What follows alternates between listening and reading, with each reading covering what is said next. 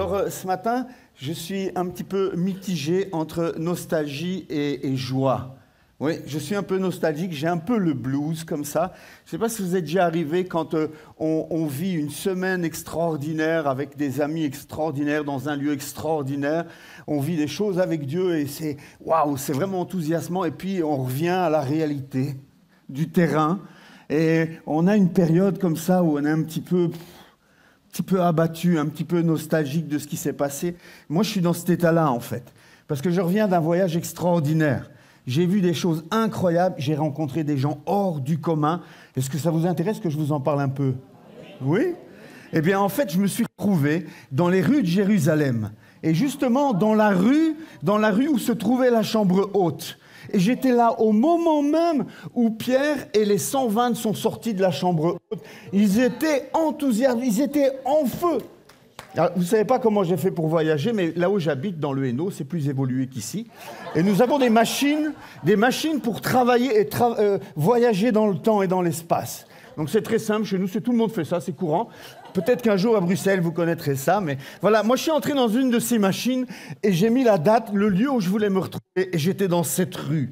Et j'ai vu les 120 sortir avec un feu pour témoigner de ce qu'ils venaient de vivre avec le Saint-Esprit. C'était incroyable. Rien que de les voir, rien que d'être dans leur présence, j'étais moi-même en ébullition. J'étais moi-même transporté d'allégresse et de joie. C'était un moment formidable. Alors ce que j'ai fait, c'est que je les ai suivis. Je voulais voir ce qui se passerait. Et j'ai repéré Pierre très rapidement, parce que Pierre, c'est celui qui le plus... voilà. Et donc j'ai suivi Pierre de près, je voulais voir ce qui allait se passer. Et j'ai vu Pierre commencer à prendre la parole et à commencer à parler à la foule qui était rassemblée là. Pierre était rempli d'enthousiasme, rempli de puissance. Ce Pierre qui était timide quelques jours avant et qui avait renié Jésus était là rempli de fougue et de feu et il voulait en découdre avec la foule. Il voulait témoigner de ce qu'il avait vécu avec Jésus. Alors il a pris la parole et il a eu tout un discours. Je ne peux pas vous le résumer là, mais je crois que dans la Bible, vous pouvez trouver ce discours dans Actes. Et il a eu un discours, une prédication inspirée devant la foule. Et la foule a été tellement saisie par la prédication de Pierre que la foule s'est mise à crier « Que ferons-nous, frères ?» La foule était comme saisie, comme paniquée, comme attrapée, saisie par le message de Pierre. La foule prenait conscience qu'elle devait faire quelque chose, qu'elle devait réagir à ce message, qu'elle ne pouvait pas simplement être une foule d'auditeurs passifs, mais qu'il y avait quelque chose que cette foule devait faire. Et c'est ce que Pierre va leur dire. Que ferons-nous, frères? Pierre va leur dire tout simplement, repentez-vous et que chacun de vous soit baptisé au nom de Jésus. Et vous savez quoi? J'ai assisté à la plus grande cérémonie de baptême. On vient d'en avoir 8, mais c'est du pipeau. Ils ont baptisé 3000 personnes ce jour-là. Autant vous dire qu'ils n'ont pas défilé les uns derrière les autres en donnant leur témoignage, en invitant un membre de la famille à lire un petit verset. Ça n'a pas pu se faire comme ça. Sinon, je pense que mon voyage aurait été prolongé de plusieurs semaines. Ils ont baptisé 3000 personnes. C'était extraordinaire. Je ne sais pas si vous pouvez vous imaginer. Comprenez pourquoi je suis rempli d'enthousiasme après ce voyage. J'ai continué à suivre Pierre et là, il n'était pas seul, il était avec Jean. Et Pierre et Jean montaient au temple et j'ai entendu Pierre dire des trucs bizarres à un boiteux. Un gars qui était boiteux depuis toute sa naissance, depuis tout petit. Et Pierre, je l'ai entendu lui dire un truc bizarre. « Je n'ai ni argent ni or. Mais ce que j'ai, je te le donne. Au nom de Jésus, lève-toi et marche. » Et vous savez ce qui s'est passé? Mais c'est incroyable ce qui s'est passé. C'est que ce boiteux s'est levé. Il s'est mis à marcher. Et quand il s'est mis debout, tous ceux qui connaissaient le boiteux et qui le connaissaient là depuis des années en train de mendier, la foule est devenue folle. La foule a été complètement enthousiasmée par ce qu'elle voyait. Et la foule a accouru auprès de Pierre et de Jean. Et là, encore une fois, qu'a fait Pierre? Il a prêché l'évangile. Et des milliers d'autres se sont joints à l'église ce jour-là. C'était un truc de dingue, je vous assure. Un truc de dingue. Je ne sais pas si... Allez dans le Hainaut, faites un petit voyage comme ça dans cette boîte magique-là. Je vous assure, on revient transformé de ce genre de truc. C'était fort, quoi. Et puis, qu'est-ce qui s'est passé? À la suite de cela, eh bien, on croyait que tout allait bien se passer, mais non, ils ont attrapé Pierre et ils l'ont jeté en prison.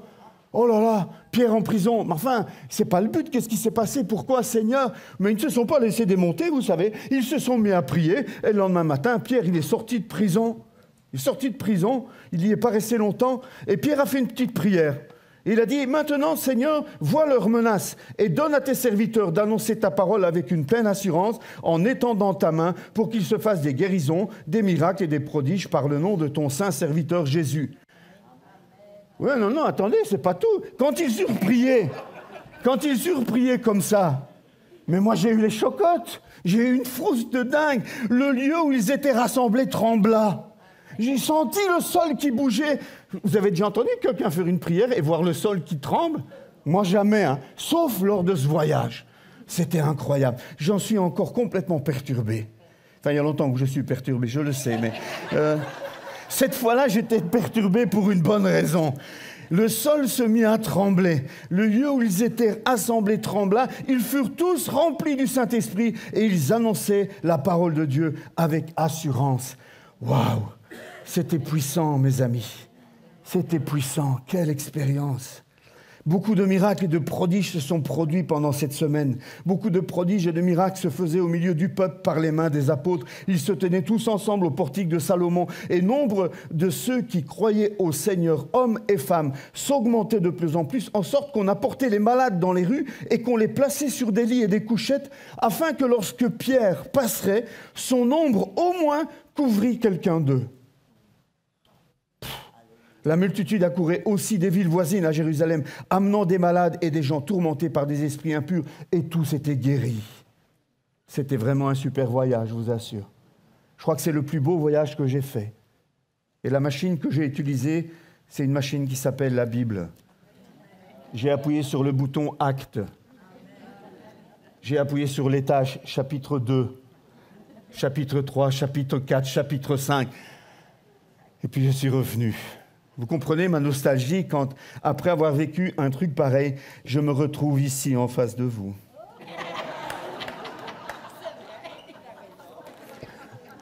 Je ne suis plus à Jérusalem, effectivement. Je suis à Bruxelles, dans l'église Connect. Bon, un peu d'humour.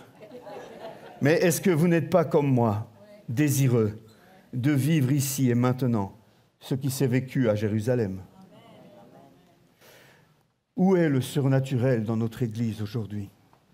Où est le surnaturel dans nos vies aujourd'hui? Ce que nous vivons actuellement, frères et sœurs, dans nos vies et dans nos églises, est-ce que c'est ce que Dieu désire vraiment pour nous et pour son Église? Je me suis demandé, y a-t-il plus? Y a-t-il plus pour nous? Y a-t-il plus à vivre dans nos vies personnelles, dans nos cultes personnels, dans nos marches personnelles avec Jésus, dans notre quotidien avec Jésus, dans notre travail de tous les jours, dans notre rôle de papa, de maman à la maison, dans notre rôle d'étudiant à l'école où nous sommes, dans notre rôle de chef d'entreprise ou de simple salarié? Est-ce qu'il n'y a pas plus? Est-ce que le Saint-Esprit n'a pas plus que cela pour nous en réserve? Je crois que oui. Je crois que oui. J'ai été interpellé par cette parole de... Je pense qu'il y a un PowerPoint. Excuse-moi. Sabrina, merci. Cet homme, c'est un pasteur du XXe siècle qui a écrit des livres, peu sont traduits en français malheureusement, mais des livres qui ont marqué son époque. Et il a dit ceci un jour. Je ne fais pas souvent des PowerPoint, mais je l'ai fait parce que je voulais que vous puissiez vous imprégner de cette réflexion. Elle est interpellante. Et elle doit nous interpeller. Si le Saint-Esprit se retirait de l'Église aujourd'hui, plus de Saint-Esprit dans l'Église Connect, 95% de ce que nous accomplissons continuerait à se faire et personne ne verrait l'absence du Saint-Esprit. C'est violent comme phrase. Bon, ces 95% sont peut-être... Mais je pense que ce qu'il voulait nous dire au travers de cela, c'est qu'il y a un besoin crucial dans l'Église actuellement. C'était le cas à son époque, c'est pas si vieux que ça, hein. C'est en 63 qu'il est décédé, je suis né en 65, donc ça ne peut pas être très vieux. Il a continué en disant, mais si ce même esprit s'était retiré de l'Église primitive, 95% de ce qu'elle faisait se serait arrêté et tous auraient vu la différence. pouvez être réfractaire à cette phrase, vous dire non, pas d'accord, mais moi je crois qu'il y a du vrai. Peut-être pas sur le 95%, mais il y a du vrai, et je pense que Dieu veut nous interpeller. Je suis venu vendredi à la cellule de Braine, c'était notre temps de cellule, et je suis venu avec ce fardeau à la cellule de Braine, et j'ai encouragé toute l'équipe qui était là à réfléchir avec moi sur le sujet. Alors le fruit de la prédication ce matin, c'est aussi en partie le fruit du travail de l'équipe de Braine. Voilà, je voulais leur rendre cet hommage. Et on entendra un témoignage tout à l'heure d'Élyséo. C'est le travail donc de réflexion de l'équipe de Braine où nous sommes posés cette question, n'y a-t-il pas plus? Est-ce que ce que nous vivons actuellement, c'est la norme? Est-ce que c'est cela que Dieu veut? Est-ce que Dieu est satisfait de ce que nous vivons en tant que personne, en tant que chrétien, de manière individuelle, ou en tant qu'Église Connect? Est-ce que c'est cela que Dieu attend de nous? Ou est-ce que nous devons viser plus haut? Viser plus et viser plus haut. D'abord, j'aimerais définir ce que j'entends par surnaturel. Peut-être c'est nécessaire, parce que peut-être que tous, nous ne sommes pas sur la même longueur d'onde quand on parle de surnaturel, d'action du Saint-Esprit. Alors, je commencerai par définir le surnaturel comme ceci. Nous entendons par surnaturel les œuvres de l'Esprit de Dieu qui sont décrites dans la parole de Dieu. Et j'insiste sur celles qui sont décrites dans la parole de Dieu. Je parle de conversion en masse. Je parle de repentance sincère. Je parle de baptême dans le Saint-Esprit avec puissance. Je parle de délivrance d'oppression satanique et je parle des manifestations des dons spirituels qui sont repris dans la parole de Dieu. Et je ne parle pas ce matin de dents en or qui repoussent. Je ne parle pas de paillettes d'or dans les mains, ni d'huile qui coule dans les mains. Nous ne parlons pas d'hurlements d'animaux ou d'autres manifestations de désordre contraires à la nature de Dieu, qui est un Dieu d'ordre et non de désordre. Voilà ce que j'entends par surnaturel. D'accord? Parce que parfois, certains, dans le surnaturel, sont prêts à y mettre n'importe quoi. Dieu ne fait pas n'importe quoi. Et la meilleure garantie que nous avons, c'est la parole de Dieu. Et si quelque chose se produit qui n'est pas conforme à la parole de Dieu, nous sommes en droit de remettre ces choses en question. D'accord? Des conversions, des baptêmes de l'Esprit, des délivrances, des guérisons et des manifestations du don du Saint-Esprit qui sont décrites dans la parole de Dieu, c'est cela que nous appelons le surnaturel et c'est à cela que nous aspirons. Nous nous sommes posés comme question, c'est le point suivant, en tant qu'équipe de Braine, quelles sont les causes? Comment ça se fait que nous en sommes arrivés là? Comment ça se fait que nous ne vivons plus comme par le passé toutes ces manifestations de l'esprit, tous ces dons de l'esprit? Comment ça se fait? Nous nous sommes posé des questions. Alors, nous n'avons pas la prétention d'avoir réponse à tout cela, mais voici un petit peu le résultat de nos réflexions. On a parlé entre nous, certains pensent qu'il est possible que des chrétiens, certains chrétiens font des blocages par rapport aux manifestations du Saint-Esprit. Maintenant, la question qu'il faut se poser, c'est est-ce que c'est toujours des manifestations du Saint-Esprit?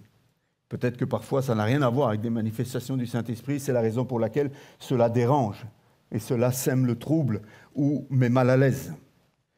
Quelqu'un a dit, je pense qu'on vit moins le surnaturel parce qu'on le recherche moins, ou très peu. On vit plutôt aujourd'hui dans le naturel, dans le rationnel. Et on s'accommode très bien de cela. On a pris l'habitude de vivre comme cela. Un autre a dit, notre niveau de foi est vraiment très bas. Et notre dévotion, nos temps avec Dieu sont ridiculement raccourcis aujourd'hui aussi. Peut-être c'est une des raisons.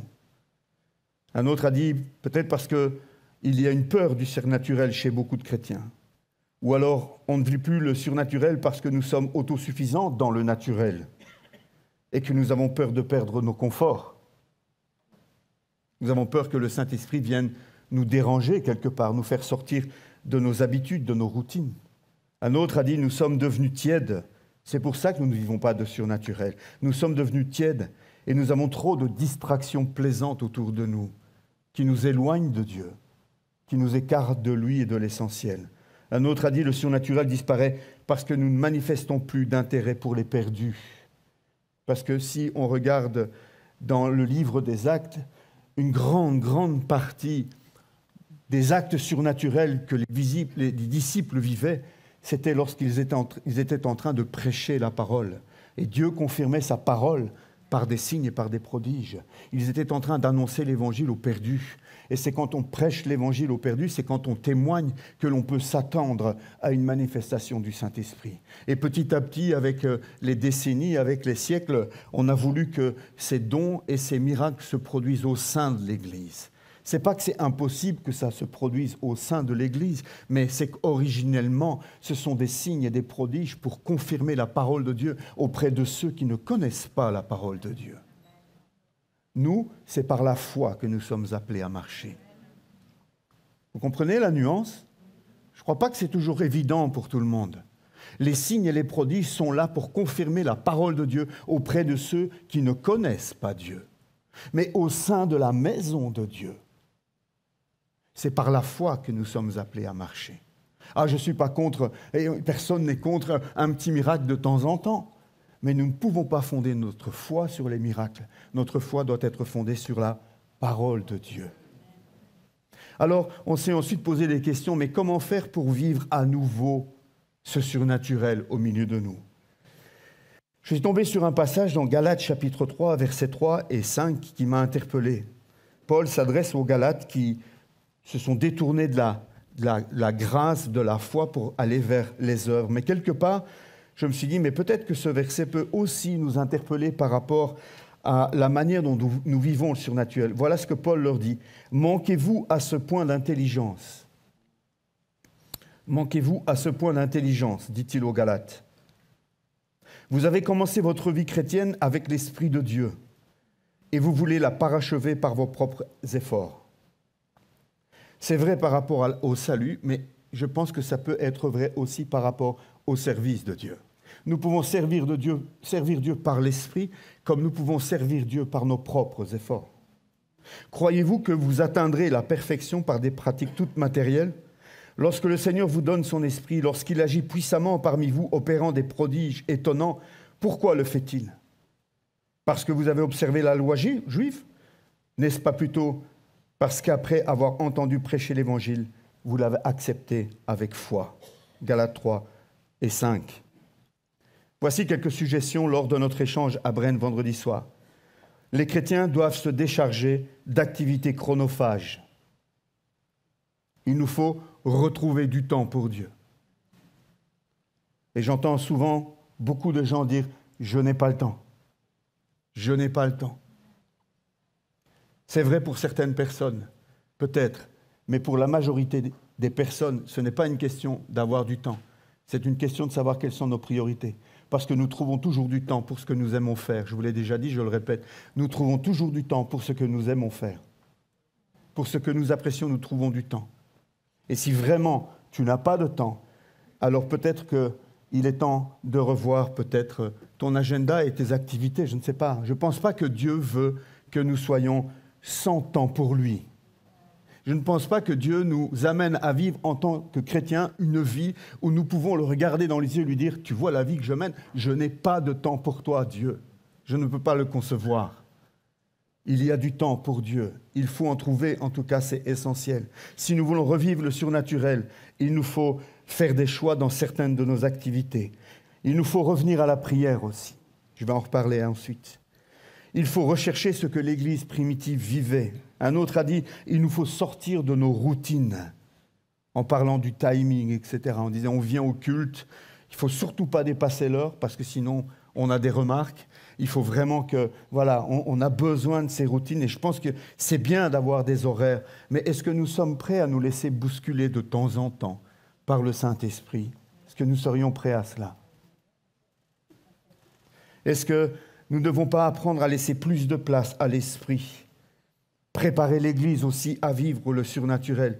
Nous devons nous repentir, un autre a dit. Un autre a dit, il faut revenir à l'essentiel. Nous sommes dispersés, en fait. Nous nous sommes dispersés dans toutes sortes de choses, parfois même des choses très louables, des choses dont peut-être même nous n'avons pas à rougir. Mais est-ce que c'est l'essentiel? Est-ce que c'est ça que Dieu attend réellement de nous? Quelqu'un a dit, arrêtez d'être des chrétiens consommateurs, mais devenir des chrétiens producteurs. Ça aussi, c'est un gros souci de l'Église du XXIe siècle. Nous sommes des consommateurs. Nous venons, mais ne fût-ce que la manière dont les choses se passent maintenant. Vous êtes consommateur. Je produis, vous consommez. Mais ça ne peut pas être notre style de vie. Ça peut être normal pendant un moment, mais ensuite, dans la semaine, vous devez être producteur. Vous devez cesser d'être consommateur. En fait, vous recevez quelque chose le dimanche, que ce soit par la louange, par la Sainte Seine, par la prédication. Vous recevez quelque chose, mais ensuite, vous devez devenir producteur. C'est un peu comme quand Vincent avait son magasin. Il se levait tôt le matin, il allait au marché matinal chez un producteur. Il était le consommateur de ce producteur, mais ensuite, il ramenait les marchandises dans son magasin et il devenait le producteur qui s'adressait à des consommateurs. Nous devons, en tant qu'enfants de Dieu, apprendre à être consommateurs de temps en temps, mais surtout apprendre à être producteurs, à donner. Ce que nous recevons de Dieu, frères et sœurs, ce n'est pas pour le garder pour nous. Ce que nous gardons pour nous, ça ressemble à la manne. La manne qui tombait du ciel, il devait la ramasser chaque jour pour pouvoir la consommer le jour même. Et s'ils ne consommaient pas le jour même et qu'ils gardaient pour eux, dans leur maison, dans leurs petites urnes, ce qu'ils avaient reçu en trop, ça pourrissait et ça sentait mauvais. Et c'est la même chose avec la bénédiction de Dieu. Dieu ne te bénit pas pour que tu mettes ça dans ta petite urne pour toi tout seul, égoïstement, parce que ça va pourrir. Dieu te bénit pour que tu puisses bénir les autres. Et plus tu bénis les autres et plus tu donnes aux autres, plus Dieu va te donner en retour. Mais quand Dieu voit que tu vis que pour toi, que tu gardes toi-même ta petite bénédiction, les écluses des cieux se ferment. Parce que Dieu ne veut pas remplir un truc plein de pourriture. Vous comprenez ? Soyons producteurs, donnons, soyons utilisés par le Saint-Esprit. Et je pense que si nous entrions dans cette dynamique d'être des producteurs, des gens qui vont vers les autres pour bénir, nous verrions beaucoup plus le surnaturel dans notre quotidien. Le Saint-Esprit serait avec nous parce qu'il verrait que nous avons besoin de lui. Mais lorsque nous ne voulons rien donner, tout garder pour nous, que voulez-vous que le Saint-Esprit nous accorde ? Que voulez-vous qu'il nous donne ? Faire plus de place au Saint-Esprit dans nos pensées, dans nos activités, dans nos journées, dans nos paroles. J'aimerais entamer peut-être et vous proposer 3 catalyseurs de surnaturel. Un catalyseur, c'est un produit qu'on vient rajouter et qui déclenche une réaction, qui favorise une réaction. 3 catalyseurs pour revivre, pour entrer dans le surnaturel à nouveau ou pour le redécouvrir. Le premier des catalyseurs, c'est la prière. Merci Sabrina, la prière. Je pense que je peux vous dire avec beaucoup d'assurance ce matin que nous ne prions pas assez et que nous prions très mal. C'est peut-être dérangeant ce que je vous dis là, mais c'est vrai. Si nous comparons, il faudrait que je vous emmène en Afrique avec moi au Togo. Nous ne prions pas assez et nous prions mal lorsque nous prions. Vous demandez et vous ne recevez pas parce que vous demandez mal, dit Jacques, dans le but de satisfaire vos passions. Adultères que vous êtes, ne savez-vous pas que l'amour du monde est inimitié contre Dieu ? Celui donc qui veut être ami du monde se rend ennemi de Dieu. Nous prions, mais nous prions mal. Pourquoi est-ce que je dis cela ? Parce que nous prions comme si nous allions à la pharmacie pour demander une liste de remèdes. Et c'est souvent ça, nos prières. Seigneur, fais ceci, fais cela, accorde-nous ceci, donne-moi ceci, donne ceci. En fait, nous venons avec une liste de courses, comme on va à la pharmacie avec l'ordonnance. J'ai besoin de ceci, donne-moi cela pour que j'aille mieux. Mais l'ordonnance, d'où vient-elle ? L'ordonnance, qui l'a faite ?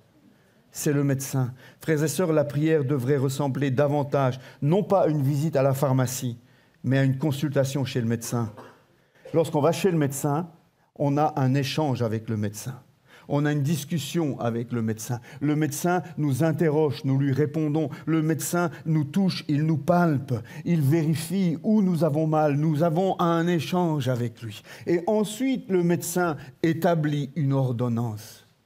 Voyons la prière comme une consultation chez le médecin. Et lorsque nous allons chez le médecin, notre médecin, notre Seigneur, qui est notre médecin, qui est le grand médecin, apprenons à développer une vie de prière qui soit plus une relation avec lui, plutôt que simplement une liste de choses à demander. La prière est sèche quand c'est cela. Quand vos cultes personnels, ça se limite à une liste de prières et de demandes faites à Dieu, mais vous êtes sec lorsque vous vous relevez.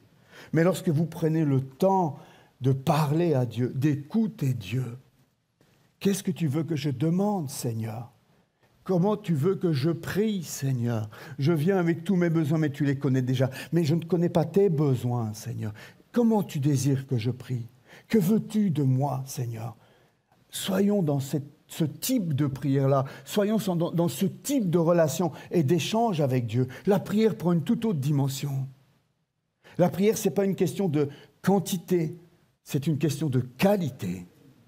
Des prières courtes peuvent être plus efficaces que des prières longues.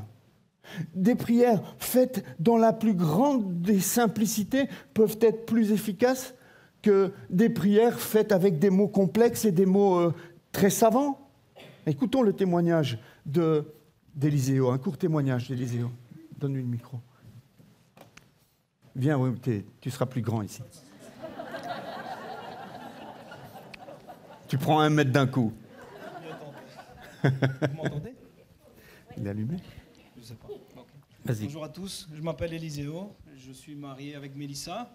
Nous avons 3 enfants, Timothée qui aujourd'hui a 13 ans, Elina qui aujourd'hui a 11 ans et Emmanuel qui a 6 ans. Et je voudrais vous parler d'Elina.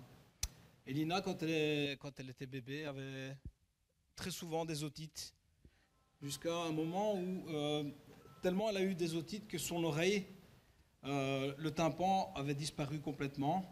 Et donc vers l'âge de 2 ans et demi, donc on allait régulièrement chez l'ORL pour contrôler. Et à 2 ans et demi, l'ORL nous annonce, voilà, votre fille n'a plus de tympan. Le tympan a été complètement détruit à cause de toutes les otites, et donc il ne reste plus rien. Et donc il n'y a plus rien à faire. Le tympan, une fois qu'il disparaît, il faut une greffe. Ça ne repousse pas. Et donc on était sous le choc parce qu'à 2 ans et demi, un enfant a besoin d'entendre, parce que c'est l'âge où un enfant commence à parler.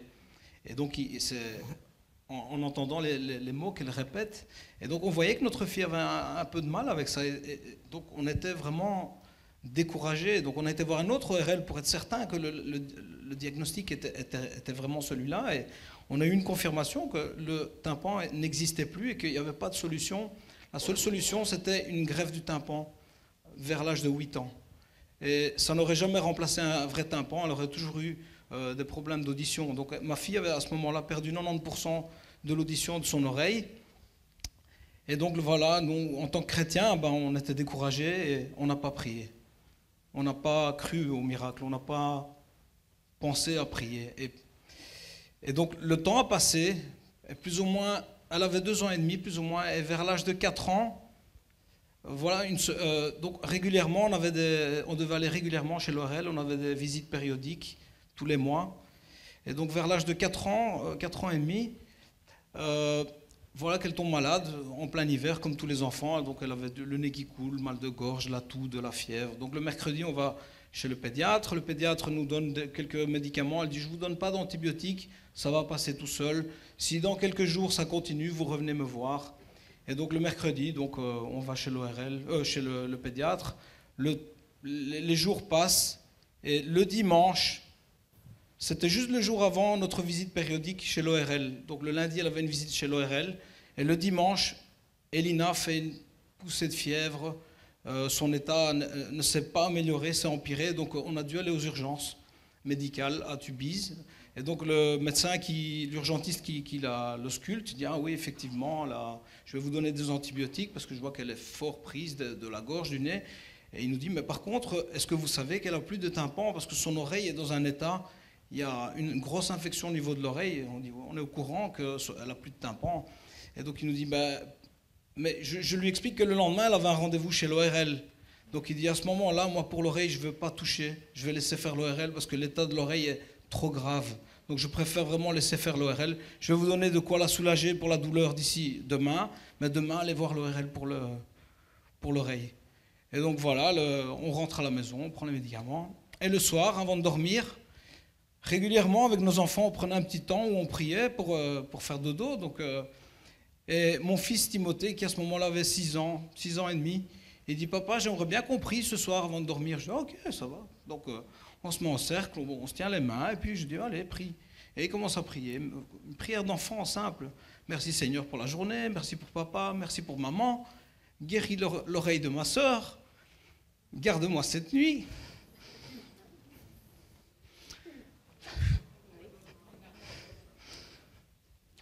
Ah, ça va aller. Et donc voilà, bonne nuit, ils dorment, ils passent une bonne nuit. Le lendemain, ma femme va voir l'ORL.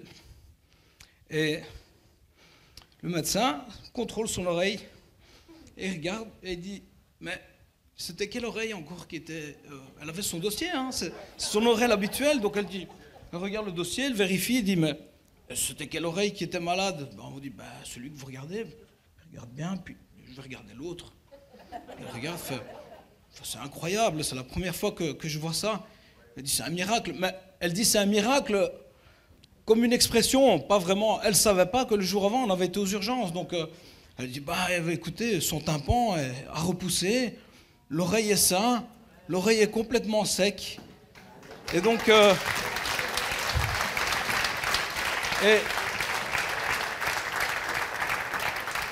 je pense que Dieu a permis que le jour avant, elle ait cette poussée de fièvre pour qu'on aille aux urgences et qu'on ait ce diagnostic qui nous disait que l'oreille était dans un état lamentable, pour que 24 heures plus tard, on voie que l'oreille est complètement guérie et pour qu'on puisse vraiment dire et proclamer, c'est vraiment un miracle. Et donc je veux proclamer et remercier le Seigneur pour ce miracle. Amen. Ce témoignage m'avait touché, je voulais vous en faire bénéficier. Une simple prière d'enfant. C'est pas la longueur, c'est pas les mots, c'est pas même les larmes, c'est la simplicité, la foi. Et pourquoi est-ce que Dieu fait cela? Est-ce que Dieu avait besoin de cela pour guérir? Il aurait pu le faire sans l'intervention du petit Timothée. Parce que Dieu veut nous faire participants. Dieu veut avec nous. Vous savez, Dieu pourrait se passer de nos prières. Il y a plein de choses que Dieu fait sans nos prières. Hein. Heureusement, d'ailleurs. Mais ce monde, c'est Dieu qui le soutient, nous dit la Bible. C'est lui qui le tient en place. Les planètes, les saisons, tout est entre la main de Dieu. Mais certaines choses, Dieu aime nous associer à ses projets. Et quand j'écrivais ça, je me suis souvenu de cette période où j'allais à la pêche avec mon petit Timothée. Quand il était tout petit, il débutait à la pêche et il voyait que moi, je tirais des poissons et puis il n'y a rien qui se passait pour lui. Et quand il avait le dos tourné, je prenais sa ligne, je lui mettais un petit poisson, je le remettais dans l'eau. Et puis tout d'un coup, « Oh papa, regarde papa !» Oh bravo mon fils. Ma joie, c'était de voir sa joie. Et je crois que notre Père dans le ciel, il nous accroche parfois un petit poisson au bout de la ligne. Parce que sa joie, c'est de voir notre joie aussi. Mes frères et sœurs, il nous faut redécouvrir la prière. Nous sommes vraiment loin du compte. Nous avons énormément de progrès à faire par rapport à cela. Nos réunions de prière sont désertées. Désertées. Bon, ce n'est pas le désert, on est quand même 35, 40. Mais par rapport à ce que nous sommes, c'est peu. Les réunions de prière du matin, nous sommes une douzaine environ. Sur la prière. La prière, c'est essentiel. Un jour, Charles Spurgeon, un grand prédicateur, qui a connu aussi une œuvre de l'esprit énorme au travers de ses églises, de son église. Un jour, un visiteur est venu dans son église et Spurgeon s'est approché de lui en disant « Est-ce que vous intéresse de voir la chaudière de l'église ?» La chaudière de l'église? Moi, je ne viens pas à l'église pour voir ta chaudière. L'autre se dit en lui-même... Mais il dit « Bon, par politesse, oui, viens, je veux bien. » Et Spurgeon amène cet homme dans les sous-bassements de l'église. Et dans les sous-bassements de l'église, il y avait une armée d'hommes et de femmes qui priaient. Voilà la raison du succès de l'Évangile dans notre quartier. La prière. La prière. Il y a un groupe d'intercession qui se retrouve le samedi. Vous pouvez le rejoindre. Il y a moyen de venir prier avec nous le matin. Venez nous rejoindre. Il y a moyen de venir le mardi. Venez nous rejoindre. Et si ces horaires ne vous arrangent pas, venez nous voir. On trouvera d'autres solutions. Mais nous avons besoin de prier à la maison et nous avons besoin de prier ensemble. C'est un des catalyseurs du surnaturel. Un des catalyseurs du surnaturel. Le deuxième catalyseur, c'est la foi. La foi, Jésus leur répondit, « Je vous le dis en vérité, si vous aviez de la foi et que vous ne doutiez point, non seulement vous feriez ce qui a été fait à ce figuier, mais quand vous diriez à cette montagne, ôte-toi de là et jette-toi dans la mer, cela se ferait. Tout ce que vous demanderez avec foi par la prière, vous le recevrez. » Matthieu chapitre 21, verset 22. Frères et sœurs, la foi, elle est comme un muscle qui a besoin de travailler, un muscle qui a besoin d'être nourri pour grandir et pour se fortifier. Tous, vous le savez, lorsque vous avez été plâtré pour une raison ou pour une autre, ou immobilisé dans le lit, lorsque le muscle ne travaille pas, même s'il est nourri, il fond. Il faut tout rééduquer, il faut tout rattraper. Et ça va très vite. Ça va plus vite pour perdre la masse musculaire que pour la reprendre.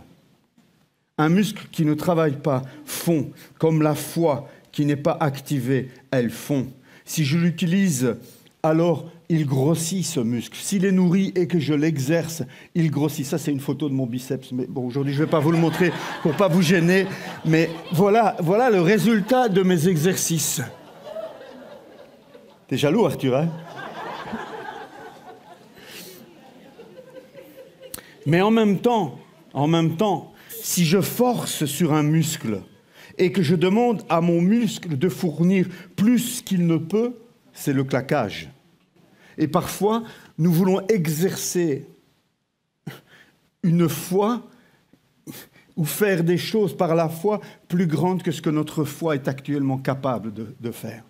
Et donc, par rapport à ça, il y a tout un travail à faire, il y a toutes sortes de choses à découvrir. Je ne peux pas m'y étendre maintenant, mais peut-être qu'on reviendra sur ces sujets-là plus tard. La foi, frères et sœurs, comment est-elle nourrie? En faisant des exercices de bras? Non. La foi, elle est nourrie par la parole de Dieu avant tout. La foi vient de ce qu'on entend, et ce qu'on entend vient de la parole de Dieu. Le chrétien qui ne lit jamais sa Bible, qui ne médite pas la parole de Dieu, qui n'apprend pas quelques versets clés régulièrement, c'est un chrétien dont la foi ne peut se développer.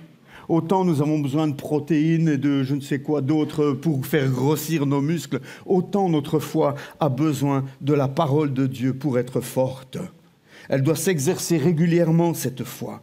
Elle commence dans nos pensées. Il y a des gens qui pensent pas avec la foi, qui n'ont pas des langages remplis de foi, des paroles de foi, mais qui veulent faire des actes de foi. Ça commence par nos pensées. Nous avons des pensées incrédules. Nous sommes remplis de pensées incrédules. Nous avons des paroles remplies d'incrédulité parfois. Si tu veux voir le surnaturel dans ta vie, si tu veux voir la foi produire quelque chose dans ta vie, commence par faire un travail à l'intérieur.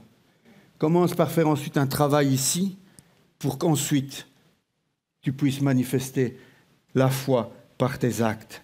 Le chrétien doit cultiver un climat de foi. Et vous savez, l'Église, c'est la même chose. Je me souviens quand on a invité le pasteur Samuel Peter Schmidt pour une convention. Il nous a raconté, il nous a donné énormément de témoignages, de guérisons, de choses vécues, etc. en Afrique, dans son Église.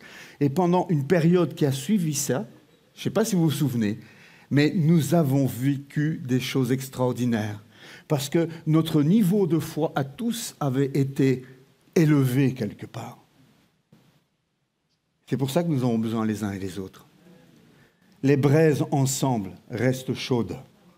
Des braises dispersées finissent par s'éteindre.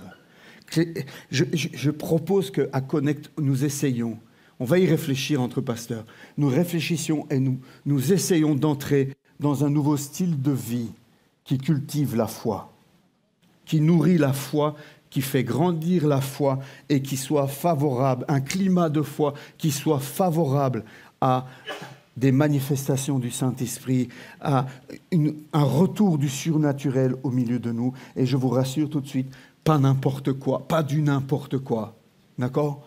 Du surnaturel comme celui qu'on trouve dans la parole de Dieu. Pas des folies et des bêtises comme parfois on peut en entendre à gauche ou à droite. La foi doit être nourrie par la parole. Commence par là. Si tu nourris ta foi par la parole de Dieu, tes pensées seront remplies de foi. Si tu nourris ta foi par la parole de Dieu, ta bouche sera remplie de paroles de foi. Mais ça commence par là. Le troisième catalyseur, c'est le zèle et la ferveur. L'apôtre Paul nous exhorte à avoir du zèle pour les dons spirituels. Dans 1 Corinthiens chapitre 12 et chapitre 14, fin du chapitre 12, début du chapitre 14, entre ce chapitre sur l'amour, Paul nous encourage à aspirer aux dons les meilleurs. Ce n'est pas un conseil, c'est un ordre que nous donne Paul. Il nous encourage à tous prophétiser. Vous êtes nombreux à être désobéissants ici. Vous êtes très nombreux à être désobéissants à la parole de Dieu. Parce que la parole de Dieu vous demande d'aspirer aux dons spirituels. La parole de Dieu vous exhorte à prophétiser. Donc vous êtes tous, quelque part, désobéissants à la parole de Dieu. Je vous encourage à prendre cela au sérieux. Avoir du zèle et de la ferveur. Jacques parle de la prière fervente du juste. Cette notion de zèle, cette notion de ferveur, on la retrouve dans Romains chapitre 12, verset 11. Paul dit « Ayez du zèle et non de la paresse. Soyez fervents d'esprit et servez le Seigneur. » Ce n'est pas réservé à quelques-uns dans l'Église, ça. Hein? C'est l'appel qui est adressé à tous les enfants de Dieu. Tous, que nous soyons âgés ou jeunes, que nous soyons hommes ou femmes, que nous soyons blancs ou noirs ou jaunes ou rouges ou verts, je ne sais pas s'il y en a des verts, mais tous, sans exception, nous sommes appelés à avoir du zèle. Nous sommes appelés à ne pas faire preuve de paresse. Nous sommes commandés à être fervents d'esprit et nous sommes commandés à servir le Seigneur. Et la définition de servir le Seigneur, certains d'entre vous, je peux vous dire qu'elle n'est pas tout à fait correcte. Servir le Seigneur, c'est retrousser ses manches. Servir le Seigneur, c'est témoigner au quotidien. Servir le Seigneur, c'est être engagé dans une vie avec le Saint-Esprit auprès de ceux qui sont perdus et auprès des frères et des sœurs de l'Église. Apocalypse chapitre 3, verset 19 nous dit « Aie donc du zèle et repens-toi ». Et c'est Jésus qui parle à cette Église. Quel était le problème de cette Église ? Révélation, Apocalypse chapitre 3, verset 19. C'est une église qui était tiède. La tiédeur. Dans le groupe de Bren, quelqu'un a dit « nous sommes tièdes ». On n'aime pas entendre ça. Moi, ça ne me plaît pas d'entendre cela. Ça ne me plaît pas qu'on dise de moi « je suis tiède ». Ça me plaît encore moins qu'on me dise « ton église est tiède ». Mais quelque part, c'est un peu vrai. Quelque part, c'est un peu vrai. La tiédeur, rien à voir avec le zèle. La tiédeur n'a rien à voir avec la ferveur. Nous sommes appelés à être fervents, nous sommes appelés à être zélés. Si nous voulons voir du surnaturel, ce n'est pas en étant comme ça, assis sur nos chaises, dans la tiédeur que nous verrons le surnaturel. Parce que la tiédeur n'attire pas le surnaturel. Ce qui attire le surnaturel, ce sont des chrétiens zélés et fervents. Des chrétiens zélés pour le Seigneur. Des chrétiens zélés pour la gloire de Dieu. Des chrétiens qui veulent voir Dieu à l'œuvre. Des chrétiens qui sont remplis de compassion pour ceux qui sont perdus. Où est notre compassion pour les perdus aujourd'hui? Où est notre compassion pour les perdus? Où est ta compassion pour les perdus? Zèle et ferveur ne copinent pas avec la tiédeur spirituelle. Le surnaturel se manifeste là où l'évangile est annoncé par des chauds parmi des froids de ce monde. La tiédeur ne produit rien de surnaturel. Elle est le lit douillet de ceux qui se contentent de naturel, de ceux qui sont confortablement installés dans leur naturel et qui ne veulent pas se laisser déranger par Dieu. Voilà les 3 catalyseurs que je vous propose. Il y en a d'autres, évidemment, mais ce sont 3 qui me semblaient importants pour faire revenir le surnaturel dans ta vie, pour remettre de la place pour le surnaturel dans ta vie. La prière, la foi, le zèle et la ferveur. Où en es-tu par rapport à ces 3 catalyseurs? Sont-ils présents? Sont-ils des ingrédients qui sont présents dans ta vie de chrétien?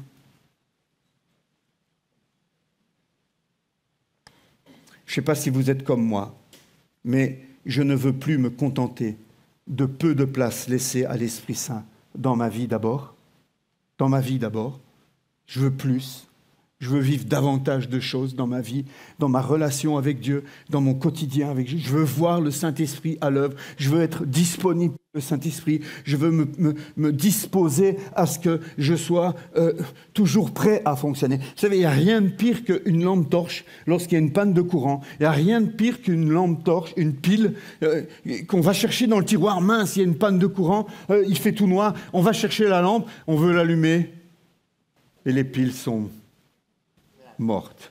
Il n'y a plus rien dedans. Il n'y a rien de pire. Combien de chrétiens nous sommes comme cela? Nous sommes là, dans le tiroir, et lorsque Dieu veut nous utiliser, il n'y a plus de ferveur. Il n'y a pas de zèle. Il n'y a pas de foi. Il n'y a pas de prière. Dieu veut nous interpeller. Avant de partir en vacances, Dieu veut nous interpeller. Et je voudrais vraiment vous inviter à repartir avec ce message sur votre cœur pour ce temps de vacances. Je sais qu'il y en a qui partent déjà bientôt. On vous souhaite un bon temps là-bas en Italie. Mais d'autres vont suivre. Ça va être 2 mois, 3 mois où il va y avoir du va et du vient au sein de l'Église. Mais ce n'est pas un temps de vacances au niveau de la foi. C'est un temps de vacances pour nos corps, c'est un temps de vacances pour nos esprits, mais ce n'est pas un temps de vide, parce que le mot vacances, ça va avec vide. Ce n'est pas un temps vide pour notre foi. Justement, parce que tu es en vacances, tu auras plus de temps pour le Seigneur, n'est-ce pas? Normalement, oui. Mais combien reviennent de vacances en me disant « Ah non, je n'avais même pas pris ma Bible avec moi » Ou bien « Non, on a tellement été occupés, c'était tellement bien à la plage que je n'ai pas eu le temps d'ouvrir ma Bible ou de prendre un temps avec le Seigneur. » Ce n'est pas ça les vacances. Ce n'est pas des vacances, ça. Ce sont des moments où je vous invite à vous retrouver en famille, bien sûr, où je vous invite à vous réjouir, à profiter des superbes paysages que vous verrez. Mais n'oubliez pas Dieu, n'oubliez pas le Seigneur. C'est lui qui vous permet de partir en vacances. S'il le voulait, la veille de votre départ, il peut vous reprendre. Hein. C'est lui qui est souverain sur nos vies, n'est-ce pas? Alors partons en vacances avec le Seigneur. Et laissons-le, pendant ce temps d'arrêt de vacances, nous interpeller. Seigneur, est-ce que ce message du pasteur Éric, c'est pour moi? Est-ce que ce qu'il a prêché ce matin, est-ce que tu voulais m'interpeller moi aussi? Est-ce que tu veux plus de moi, Seigneur? Est-ce qu'il y a plus pour moi, Seigneur? Est-ce que c'est vrai que je suis devenu hyper rationnel et que je me contente de ma petite vie naturelle? Je règle tout par mes propres forces? Vous savez, on vit dans une société où, quand on est malade, on a des médecins, quand on a des problèmes financiers, on a des banques, quand on a un accident, on a des assurances. Quand est-ce qu'on fait appel à Dieu? Quelles sont les occasions qui nous sont encore accessibles pour faire appel à Dieu? Vous voyez, quand quelqu'un est mourant. Et c'est pour ça que nos réunions de prière se limitent à prier pour les malades, finalement. En gros, il nous faut vraiment faire du place au surnaturel dans nos vies. Pourquoi? Parce que nous ne sommes plus seulement naturels. À partir du moment où nous sommes nés de nouveau, nous sommes entrés dans une nouvelle dimension. Nous sommes encore naturels. J'ai encore besoin d'aller chez le coiffeur, j'ai encore besoin de me laver. Je suis encore naturel. Mais en tant qu'enfant de Dieu, il nous a fait entrer dans une autre dimension. Dans une dimension surnaturelle. Et en tant qu'enfants de Dieu, nous ne pouvons pas nous contenter au naturel. Nous devons apprendre à entrer aussi dans le surnaturel. Garder les pieds sur terre, dans le naturel, mais avoir la tête dans le ciel, dans le surnaturel. Le cœur dans le ciel, les pieds sur la terre. La parole de Dieu était confirmée par des signes et par des prodiges. Aujourd'hui, où en sommes-nous? Et je me mets dedans, hein. Moi, le premier, je suis le premier prédicateur de cet endroit. Où sont les signes et les prodiges? Le premier responsable, c'est moi. Le premier qui doit se remettre en question, c'est moi ce matin. Je dois me mettre à genoux devant Dieu et je dois avoir un tête-à-tête avec lui. Il a probablement un œuf à peler avec moi, comme on dit. Mais en tout cas, j'ai ce désir. J'ai ce désir de profiter de ce temps d'arrêt pour chercher sa face. Et pour lui laisser du temps pour m'interpeller, parce que je veux plus. Je veux plus dans ma vie et je veux plus dans cette Église. Je veux que le Seigneur vienne nous bousculer. Je veux m'attendre à ce que le Saint-Esprit vienne bousculer nos cultes. Changer notre programme. Faire des choses au milieu de nous qui nous montreront que l'Esprit de Dieu est bien à l'œuvre au milieu de nous. Je pense qu'on a, à cause de différentes raisons, je ne vais pas les développer ici, mais nous sommes responsables de toutes sortes de choses qui font que nous avons comme mis le Saint-Esprit dans une boîte. Nous l'avons petit à petit, vous savez, comme dans ces films, je ne sais pas si ça existe, mais dans les films, on voit les murs, on est enfermé dans une pièce et on voit les murs qui bougent et qui se rétrécissent. J'ai l'impression qu'on a mis le Saint-Esprit comme cela dans l'Église. Inversons la tendance. Élargissons les murs. Faisons descendre le plancher, faisons monter le plafond et laissons plus de place au Saint-Esprit. N'ayons pas peur du Saint-Esprit. Il n'est pas là pour nous perturber, il n'est pas là pour nous faire du mal, il n'est pas là pour nous humilier, il n'est pas là pour nous attrister, il est là pour nous faire grandir. Il est là pour nous amener plus proche de Christ. Et s'il y a des choses qui se manifestent et qui nous éloignent de Jésus, des choses qui se manifestent et qui nous font quelque part faire perdre cette belle image que nous sommes une créature de Dieu merveilleuse, alors c'est qu'il y a un problème et nous prendrons les dispositions pour. Faisons-nous confiance, n'ayons plus peur et invitons le Saint-Esprit à agir dans nos vies et dans l'Église. Je désire plus de Dieu dans nos rencontres et moins de nous dans nos rencontres. Moins de nous. Plus de Dieu dans nos louanges, plus du Saint-Esprit dans nos rassemblements. J'ai le sentiment que nous passons à côté de bénédictions et de possibilités pour Dieu de se glorifier au milieu de nous. Nous avons de temps en temps une parole prophétique. Mais c'est les vaches maigres, avouez. C'est les vaches maigres. L'apôtre Paul viendrait visiter l'église Connect pour être le prédicateur de l'église. Il serait assis là pendant le culte. Il se dirait, mais je suis où ici, moi? Je suis où? Je suis au bon endroit? Est-ce que je ne me suis pas trompé? Nous avons besoin de nous remettre en question, frères et sœurs. Moi, le premier, les pasteurs, le conseil en premier. Mais nous ne faisons pas tout. Nous avons besoin de vous pour nous accompagner dans ce processus. Qu'est-ce qui, dans nos vies et nos pratiques d'église, a fini par mettre le Saint-Esprit en boîte? Serait-ce nos montres? Serait-ce la technologie? Moi, je suis pour une église moderne. Je suis pour une église qui soit pertinente dans un monde moderne. Je suis pour que nous puissions vraiment être attractifs, que nous puissions inviter des amis ici et qui ne se disent pas « mais on est tombé ici au Moyen-Âge ». Non, mais en même temps, faisons attention que la technologie ne supplante pas la puissance du Saint-Esprit. Ne mettons pas nos espoirs et nos efforts dans la technologie en disant c'est la technologie qui va convertir et qui va toucher les cœurs. C'est l'Esprit Saint qui fait cette œuvre-là. Et personne d'autre que le Saint-Esprit ne peut faire ce travail. Alors oui, à la modernité, mais pas sans le Saint-Esprit. Pas sans le Saint-Esprit. S'il fallait choisir entre la modernité et le Saint-Esprit, le choix est tout fait. Mais les deux sont possibles, à condition de ne pas mettre le Saint-Esprit de côté. Qu'est-ce qui fait que nous vivons moins de surnaturel? Nos propres cœurs, bien sûr, notre tiédeur, je vous l'ai dit. Sans tomber dans le désordre, je pense qu'il nous faut nous remettre en question. Je vous invite à me faire part de vos idées peut-être, de vos avis, de vos réflexions sur ce sujet. Pendant les vacances ici, nous pourrons, entre pasteurs, regarder ce que vous nous avez écrit. Ne me dites pas ça oralement à la sortie, je ne vais rien retenir. Envoyez-moi un email, envoyez-nous un WhatsApp, quelque chose. Pasteur, moi j'ai pensé à ceci, j'ai pensé à... Nous sommes ouverts. Nous sommes ouverts à entendre vos suggestions. Pourquoi? Moi, je pense que c'est à cause de ça qu'on ne vit pas. Et moi, je propose qu'on fasse ceci peut-être, etc. Et on veut être aussi à l'écoute de l'Église par rapport à ça. Nous devons avoir une réflexion profonde sur le sujet et mettre en place ce qui convient pour réformer nos cœurs, nos pratiques, pour que le surnaturel retrouve sa juste place dans l'Église Connect. Amen. Qui veut plus de surnaturel? Levez-vous avec moi, ceux qui veulent. Ceux que ça dérange, ceux qui ont peur, restez assis pour l'instant. Ce n'est pas grave, je peux le comprendre. Il y a eu des choses qui sont parfois passées dans les églises, qui ont besoin d'être corrigées, qui ont besoin d'être dénoncées. Donc ne vous forcez pas à vous lever.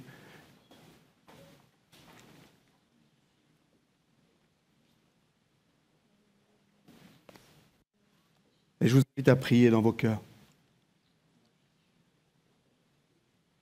Je vous invite à répondre dans vos cœurs à cet appel que Dieu nous lance ce matin.